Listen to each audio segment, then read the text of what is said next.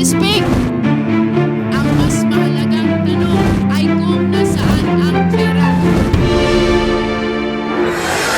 Bawal ang walang consent.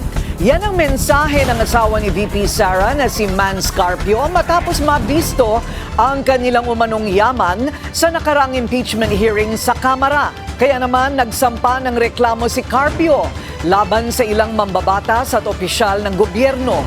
Ang detalye sa agenda report ni Ched Gatchalian. Hindi naman po parte ng impeachment si Atty. Carpio. Pinipilit po siya na madawit sa impeachment na pribadong individual.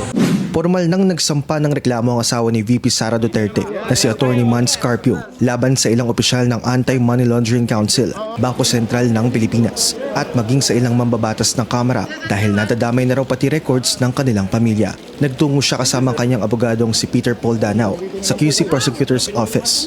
Ang pinail po namin ay isang criminal case po dahil sa paglabag ng Section 8A RA 9160 na ay bawal po na isiwalat ng AMLAC kahit anong impormasyon na nalakap nila sa mga bangko.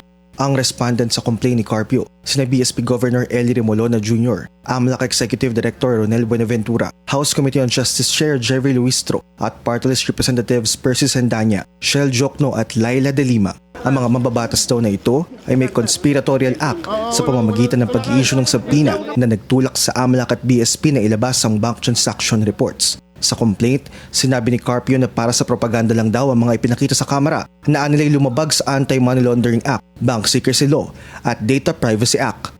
Sa kahit na anong pamaraan, hindi pwedeng maglabas ng impormasyon ang AMLAC. So kung gusto nilang may exception doon, dapat Kongreso mismo nagsabi na except number A, except number 2. Kung sino man po ang lahat nung may kinalaman sa paglalabas ng mga impormasyon daw tungkol daw sa mga bank transaction na ito ay dapat managot.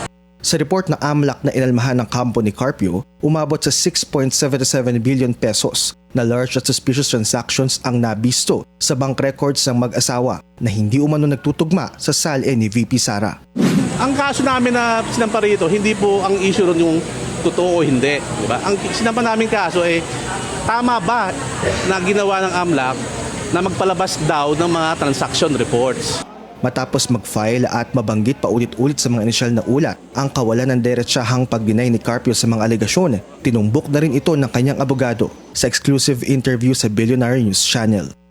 But one thing for sure, Atty. Carpio vehemently denies having 6 million or 3 billion ba yun? 6 billion na pera sa bank accounts niya.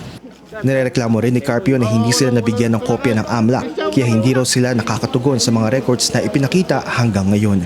May ilang hakbang pang pinaplano ang legal team ni Carpio pero sa ngayon, ang umano'y illegal na disclosure lang ng bank records muna ang kanilang priority.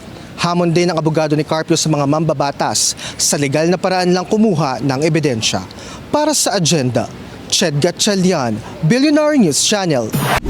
Manatiling nakatutok sa Bilyonaryo News Channel. Sumubaybay sa aming social media accounts at mag-subscribe sa aming YouTube channel para sa mga bago at eksklusibong balita.